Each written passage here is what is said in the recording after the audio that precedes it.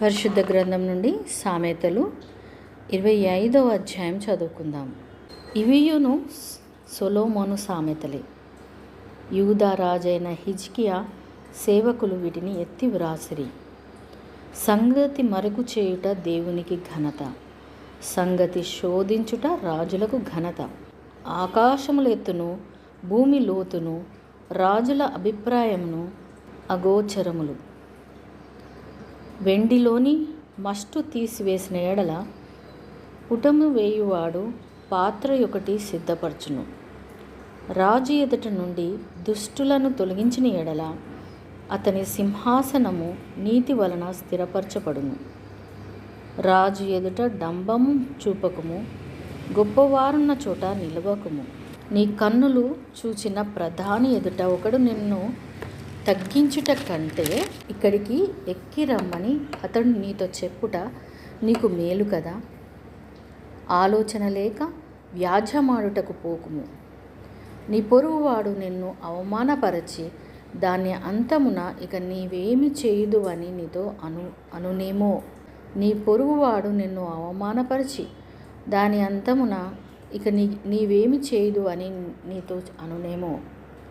నీ పొరుగువానితో నీవు వ్యాజ్యమాడవచ్చును గాని పరుని గుట్టు బయట పెట్టకము. బయట పెట్టిన ఎడల వినువాడు నిన్ను అవమానపరచునేమో. అందువలన నీకు కలిగిన అపకీర్తి ఎన్నటికీ పోకుండును. సమయోచితముగా పలుకబడిన మాట, చిత్రమైన వెండి పళ్ళెములలో ఉంచబడిన మాట బంగారు పండ్ల వంటిది. బంగారు కర్ణభూషణం ఎట్టిదో, అపరంజి ఆభరణం ఎట్టిదో, వినువాని చెవికి జ్ఞానము గల ఉపదేశకుడు అట్టివాడు. నమ్మకమైన దూత తనను పంపువారికి కోతకాలపు మంచు చల్లదనము వంటివాడు. వాడు తన యజమానుల హృదయమును తెప్పరిల్లజేయును. కపట మనస్సుతో దానమిచ్చి డంబము చేయువాడు వర్షం లేని మబ్బును గాలిని పోలి ఉన్నాడు. దీర్ఘశాంతము చేత న్యాయాధిపతిని ఒప్పించవచ్చును. సాత్వికమైన నాలుక ఎముకలను నలుగగొట్టును. తేనె కనుగొంటివా? తగినంత మట్టుకే త్రాగుము. అధికముగా త్రాగిన ఎడల కక్కివేయుదువేమో. మాటి మాటికి నీ పొరుగువాని ఇంటికి వెళ్ళకుము. అతడు నీ వలన విసిగి నిన్ను ద్వేషించునేమో.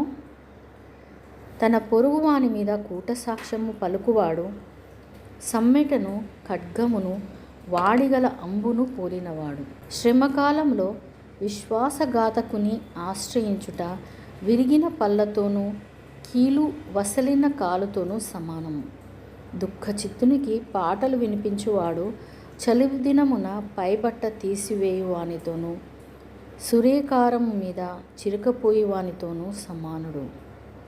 నీ పగవాడు ఆకలి గొనిన ఎడల వానికి భోజనం పెట్టుము. దప్పి గొనిన ఎడల వానికి దాహమిమ్ము. అట్లు చేయుట చేత వాని తల మీద నిప్పులు కుప్పగా పోయుదు. యెహోవా అందుకు నీకు ప్రతిఫలమిచ్చును. ఉత్తరపు గాలి వాన పుట్టించును. కొండెకాని నాలుక కోపదృష్టి కలిగించును. గయ్యాలితో పెద్ద ఇంట నుండుట కంటే మిద్ద మీద ఒక మూలను నివసించుట మేలు. దప్పిగొనిన వానికి చల్లని నీరు ఎట్లుండునో దూరదేశం నుండి వచ్చిన శుభ సమాచారం అట్లుండును. కలకలు చేయబడిన ఊటయు చెడిపోయిన బుగ్గయు నీతిమంతుడు దుష్టునికి లోబడుటయు సమానములు. తేనెనధికముగా త్రాగుట మంచిది కాదు. దుర్లభమైన సంగతి పరిశీలన చేయుట ఘనతకు కారణము. ప్రాకారం లేక పాడైపోయిన పురము ఎంతో తన మనస్సును అణచుకోలేనివాడు అంతే. దేవుడు తన పరిశుద్ధ వాక్యంను మనందరి వినికిడిలో ఫలింపచేయునుగాక. ఆమేన్.